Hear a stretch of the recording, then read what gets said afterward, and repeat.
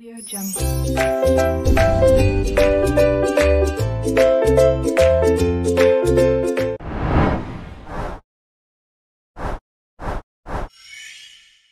Assalamualaikum warahmatullahi wabarakatuh.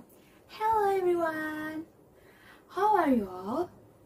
I hope you all are well and healthy. Let me introduce myself. My name is Atika Dia Isnaini Putri. In this video, I will explain about high school physics material about hakikat fisika. Well, let's study physics. Nah, pasti kalian sudah tahu kan apa yang akan dibahas dalam video ini? Yap, betul, hakikat fisika. Jadi, tujuan dari pembelajaran hakikat fisika ini, yang pertama, kalian dapat memahami tentang fisika dan perkembangan ilmu fisika. Yang kedua, kalian dapat mengetahui manfaat belajar fisika. Yang ketiga, kalian dapat memahami konsep dari hakikat fisika, yaitu hakikat fisika sebagai produk, hakikat fisika sebagai proses, hakikat fisika sebagai sikap. Yang keempat, kalian dapat memahami hubungan ilmu fisika dengan ilmu lain. Yang kelima, yang terakhir, kalian juga dapat mengetahui fenomena dalam kehidupan sehari-hari yang berhubungan dengan fisika. Nah, pas kalian SMP, kalian pernah kan belajar yang namanya mata pelajaran ilmu pengetahuan alam? Yap, di ilmu pengetahuan alam juga ada fisika. Kenapa? Karena dalam ilmu pengetahuan alam itu mempelajari 3 kajian atau 3 cabang. Yang pertama itu fisika, yang kedua itu biologi, yang ketiga itu kimia. Dalam video ini kita akan belajar mengenai fisika. Nah, di sini sudah ada gambar dari pohon apel. Nah, kan pohon apel ini biasa dijelaskan dalam ilmu biologi. Apakah hanya ilmu biologi saja yang dapat menjelaskan pohon apel? Tentu tidak. Fisika juga dapat menjelaskan tentang pohon apel. Apakah kalian pernah bertanya-tanya mengenai daun yang mendapatkan air untuk proses fotosintesisnya itu dari mana? Yap, betul. Daun memperoleh air untuk fotosintesis itu dari dalam tanah. Nah, air dari dalam tanah itu naik menuju batang, dahan, daun melalui pembuluh-pembuluh angkut yang berdasarkan gejala kapilaritas. Nah, gejala kapilaritas ini dibahas dalam ilmu fisika. Gejala kapilaritas adalah fenomena naik turunnya permukaan zat cair pada suatu pipa kapiler. Nah, selain dari gejala kapilaritas, teori fisika juga dapat menjelaskan atau menghitung kecepatan dari buah apel yang jatuh bebas dalam ketinggian tertentu sesaat sebelum apel itu menyentuh permukaan tanah. Nah, menarik kan untuk mempelajari fisika? Jadi, simak penjelasannya dengan baik. Baik, kita lanjut aja langsung ke PowerPoint-nya. Nah, di sini ada hakikat fisika. Lanjut aja untuk ke pembahasan pokok. Jadi, bahasan pokok apa aja yang bakal kita pelajari bersama-sama ya. Yang pertama itu ada tentang pengertian dan perkembangan fisika itu seperti apa. Nah, yang kedua ini ada manfaat belajar fisika. Yang ketiga ada hakikat fisika. Dan yang keempat ini ada hubungan fisika dengan ilmu lain. Nah, yang terakhir ini kita bakal mempelajari tentang fenomena fisika dalam kehidupan sehari-hari itu ada apa saja dan bagaimana sih gitu. Baik, kita lanjut saja untuk bahasan pokok yang pertama. Nah, di bahasan pokok pertama ini kita disambut dengan sebuah pertanyaan, yaitu apa itu fisika? Nah, kita bakal belajar bareng mengenai dan memahami nih fisika itu seperti apa. Nah, fisika adalah cabang ilmu pengetahuan alam yang mempelajari tentang gejala alam. Nah, fisika juga bisa disebut sebagai ilmu dasar dari ilmu pengetahuan alam lainnya seperti kimia maupun biologi. Kenapa bisa disebut sebagai ilmu dasarnya dari keduanya itu? Karena fisika ini, hukum-hukum dari fisikanya itu berlaku juga untuk biologi maupun kimia. Nah, terus hubungannya dengan matematika itu seperti apa? Hubungan fisika dengan matematika itu sangat erat gitu. Kenapa? Karena banyak sekali kan teori-teori dari fisika yang memerlukan atau yang dinyatakan nih dalam notasi matematika itu sendiri dan persamaan matematika yang dimana dinyatakannya itu lebih rumit dibandingkan ilmu pengetahuan alam lainnya. Baik, kita lanjut ke materi berikutnya mengenai perkembangan dari fisika. Nah, yang pertama itu ada di periode 1 pada tahun 600 sebelum Masehi sampai dengan 1550 Masehi, di mana pada periode ini sudah terjadi pengamatan tentang benda langit, itu mengenai gerak benda langit, terus jaraknya maupun ukuran benda langit tersebut, termasuk juga bumi. Nah, yang kedua itu ada hipotesis Demokritus, di mana hipotesis Demokritus ini yang menyatakan bahwa materi ini terdiri dari atom-atom. Nah, yang ketiga itu ada Archimedes. Archimedes mengkaji fisika matematikanya untuk menjelaskan teori-teori dari katrol dan teori dari hidrostatika atau hukum-hukum dari hidrostatika itu sendiri. Gitu. Nah, yang terakhir ini mengenai teori heliosentrik dan Kopernikus. Nah, teori ini dipublikasikan pada tahun 1450 Masehi sampai dengan 1550 Masehi. Dan teori ini sangat penting, menjadi titik penting dalam revolusi saintifik. Nah, sekarang ini lanjut ke periode kedua. Periode kedua ini terjadi pada tahun 1550 Masehi sampai dengan 1800 Masehi. Nah, pada periode ini Galileo dikenal sebagai pencetus metode saintifik dalam penelitiannya. Nah, Galileo ini mulai mengembangkan metode penelitian yang sistematis. Nah, yang kedua ini mengenai Newton yang meneruskan kerja Galileo. Nah, Newton ini meneruskan kerja Galileo-nya itu dalam bidang mekanika sehingga menghasilkan hukum-hukum tentang gerak yang sampai sekarang masih digunakan. Nah, selanjutnya mengenai perkembangan dari fisika, lanjut saja ke periode ketiga. Periode ketiga ini terjadi pada tahun 1800 Masehi sampai dengan 1890 Masehi. Nah, pada periode ini telah dirumuskan konsep-konsep dasar fisika yang sekarang kita kenal sebagai fisika klasik. Nah, rumus-rumus umum mengenai fisika klasik itu antara lain itu ada bidang mekanika, terus fisika panas, listrik magnet, dan gelombang. Nah, lanjut ke periode keempat nih pada tahun 1890 Masehi sampai dengan sekarang. Nah, pada periode ini ditemukan beberapa fenomena yang tidak bisa dijelaskan oleh fisika klasik. Nah, jadi dilakukanlah pengembangan yang lebih mendasar lagi. Nah, konsep tersebut kita biasa kenal sebagai fisika modern. Nah, fisika modern membahas mengenai teori-teori yang berkaitan dengan kecepatan yang sangat tinggi. Bisa disebut juga teori relativitas dan teori-teori yang berkaitan dengan partikel yang sangat kecil dan bisa disebut juga teori kuantum.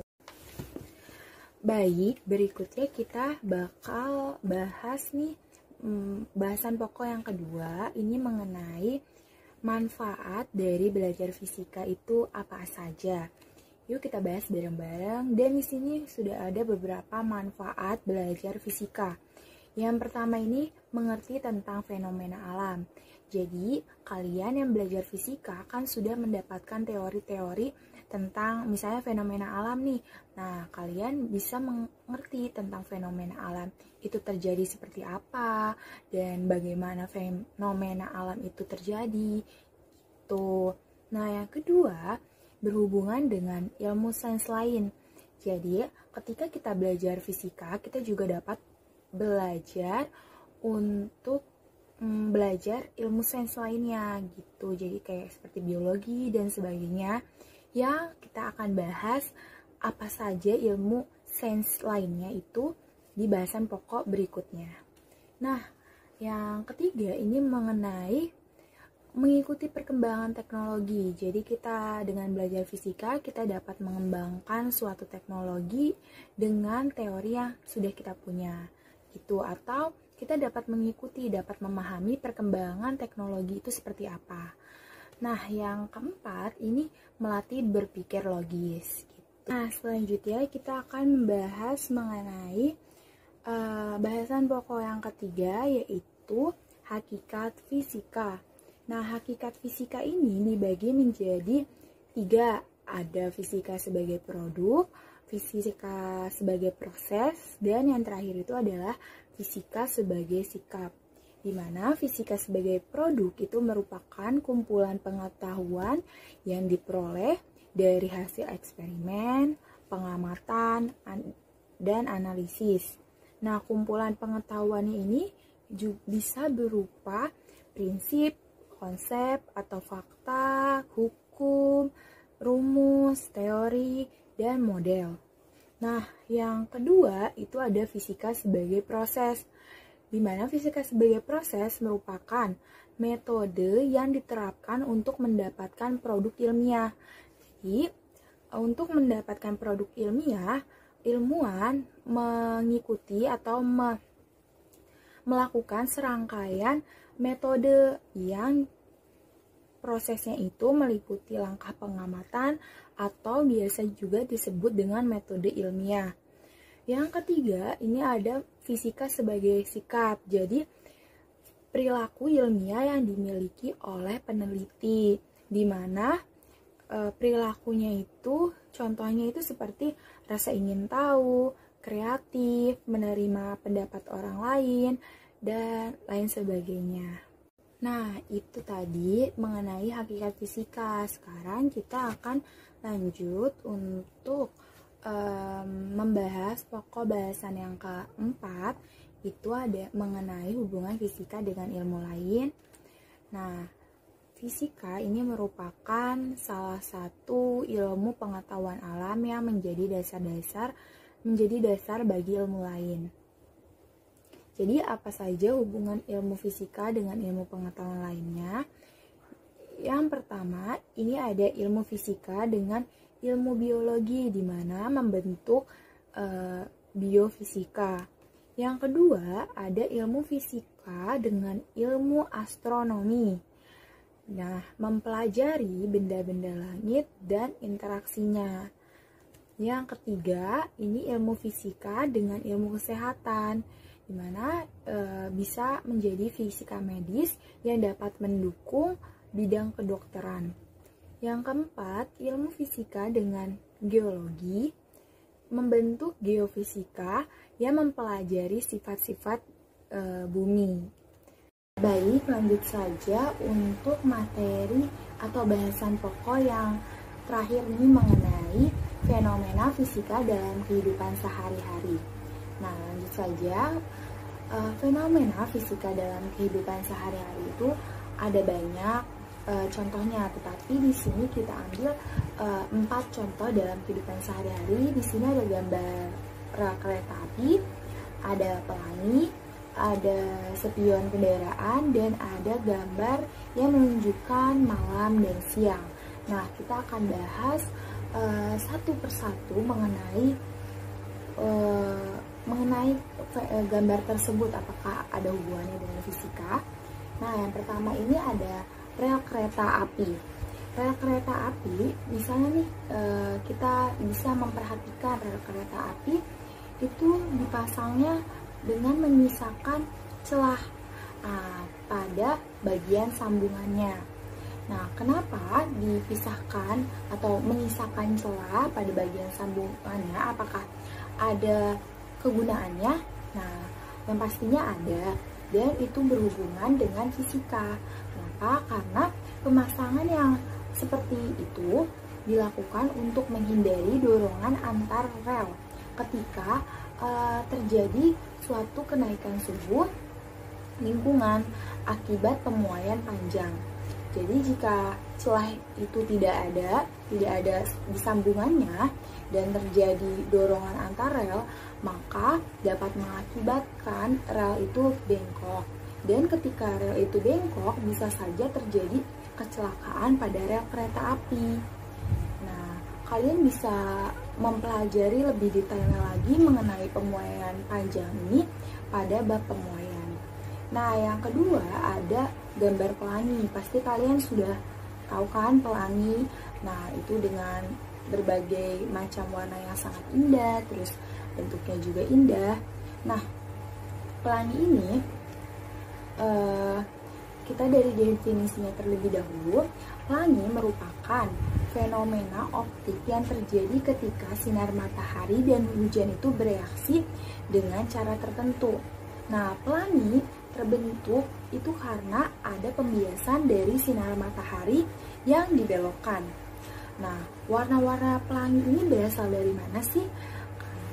Warna-warna pelangi itu berasal dari cahaya matahari yang biasa disebut juga polikromatik, yang memiliki warna dalam pembentukan dalam pelangi. Nah, kalian bisa mempelajari mengenai pembiasan itu pada bab pembiasan yang nanti akan dibahas lebih lanjut. Pada jenjang SMA ini juga akan dibahas lebih detail lagi. Nah, sekarang yang ketiga itu ada spion kendaraan.